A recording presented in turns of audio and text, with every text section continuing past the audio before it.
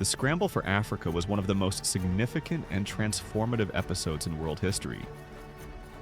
Taking place mainly between the 1880s and the outbreak of World War I, this period marked the rapid and forceful colonization of nearly all African territory by European powers. Prior to this expansion, European influence in Africa was largely restricted to coastal areas used for trade and limited settlement.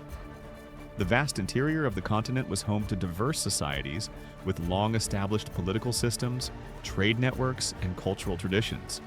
The sudden intrusion of European powers disrupted these systems and permanently altered Africa's political, social, and economic landscape, leaving legacies that continue to shape the continent to this day.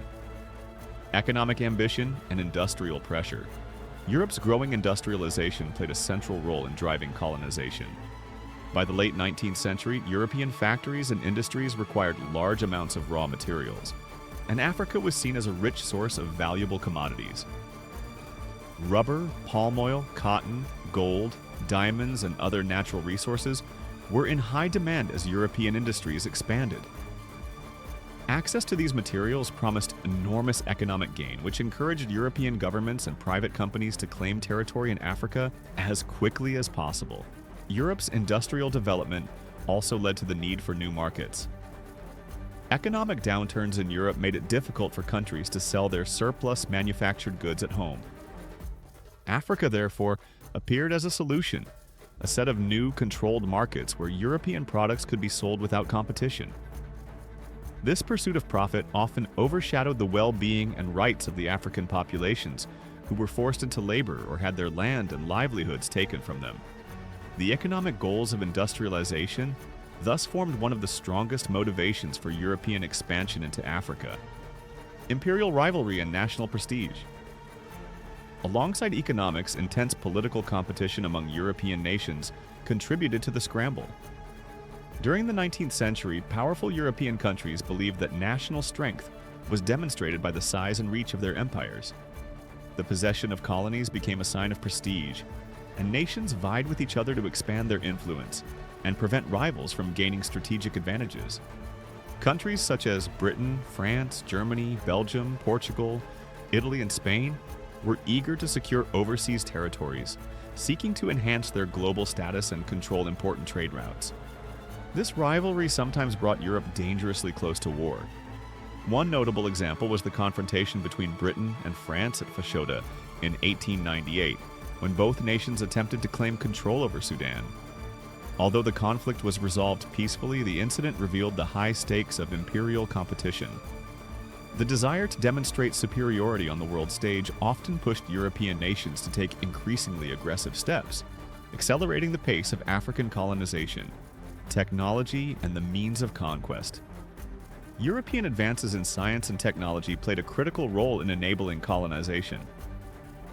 Before the mid-19th century, European attempts to move deeper into Africa were severely limited by tropical diseases, particularly malaria.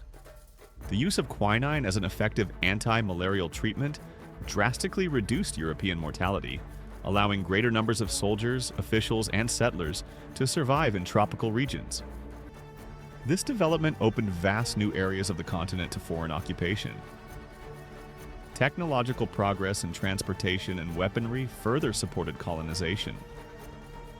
The introduction of steamships made it possible for Europeans to navigate African rivers and penetrate inland territories that had previously been unreachable.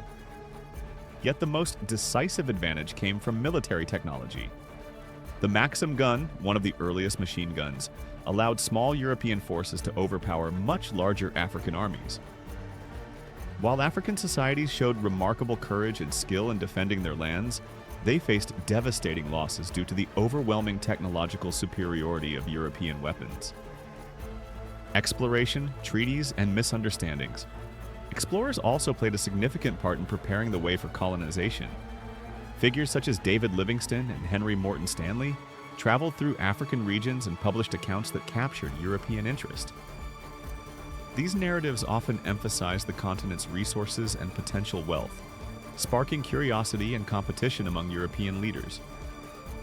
Some explorers acted as agents of colonization by forging agreements with local rulers, agreements that were frequently misunderstood or deliberately manipulated. For instance, Stanley negotiated territorial claims in the Congo on behalf of King Leopold II of Belgium. Many African leaders did not fully grasp the meaning of European legal contracts, and these misunderstandings were later used to justify sweeping territorial seizures. The Berlin Conference and the partition of Africa. The decisive moment in formalizing colonization came with the Berlin Conference of 1884 to 1885, convened by the German Chancellor Otto von Bismarck.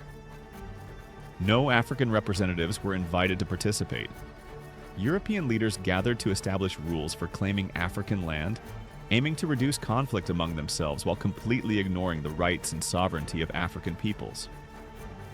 The conference introduced the principle of effective occupation, which required countries to demonstrate actual administrative and military control over an area before claiming it. This rule set off a frantic race to establish outposts, enforce territorial claims, and suppress local opposition. The borders drawn during the Berlin Conference were created with little knowledge or concern for the cultural and ethnic landscapes of Africa. Communities were divided. Rival groups were forced into shared territories, and the traditional boundaries that had shaped African political life for centuries were disregarded. These artificial borders remain in place today, contributing to many of the political conflicts that continue to trouble parts of the continent. Resistance and the struggle for sovereignty. African societies did not passively accept European domination. Resistance took many forms, including diplomatic negotiation, strategic alliances, and military confrontation. One of the most significant examples occurred in Ethiopia, where Emperor Menelik II modernized his army and successfully defeated the Italian forces at the Battle of Adwa in 1896. This victory preserved Ethiopian independence and became a powerful symbol of African resilience. In southern Africa, the Zulu kingdom demonstrated remarkable military strength in resisting British invasion, famously defeating a well-armed British force at the Battle of Isandlwana in 1879. Meanwhile, in German East Africa, the Maji Maji rebellion of 1905 to 1907 united numerous ethnic groups in a desperate attempt to challenge colonial rule. Although the rebellion was ultimately crushed with terrible loss of life, it remains remembered as a testament to the determination of African communities to defend their autonomy, social, economic, and cultural transformation. Colonial rule brought profound and lasting changes. European administrators dismantled existing political systems and replaced them with foreign governments that served colonial interests. Economic life was reorganized to support extraction rather than local development. Many African farmers were compelled to grow cash crops for export, leading to food shortages and increased dependence on European-controlled trade. Infrastructure such as railways and ports was constructed primarily to move raw materials to coastal shipping centers, rather than to connect African regions to one another. Cultural and educational systems were also transformed. European languages, legal systems, and religious teachings were introduced, often at the expense of indigenous traditions and knowledge. Mission schools provided basic education but frequently promoted European cultural values, contributing to the erosion of African identity while also producing new forms of cultural blending and adaptation. Enduring legacy. By the eve of World War I, nearly all of Africa was under European control, with the sole exceptions of Ethiopia and Liberia. The scramble for Africa reshaped global power and generated immense wealth for European countries, but its consequences for Africa were devastating. The economic inequality, political fragmentation, and cultural disruption created during this period continue to influence the continent's development. Yet, the story of the scramble for Africa is not only one of exploitation, it is also a story of resilience, resistance, and the enduring strength of African societies. The struggles for independence that unfolded in the 20th century drew inspiration from earlier acts of defiance, ensuring that the fight for justice, dignity, and self-determination remained alive. And that brings us to the end of our deep dive into the scramble for Africa. If you found this video helpful, interesting, or eye-opening, make sure to hit the like. And don't forget to subscribe so you never miss our upcoming history breakdowns. documentaries, and educational series. Also, feel free to share your thoughts in the comments. What part of this history surprised you the most? We'd love to hear from you. Thanks for watching, and until next time, stay curious.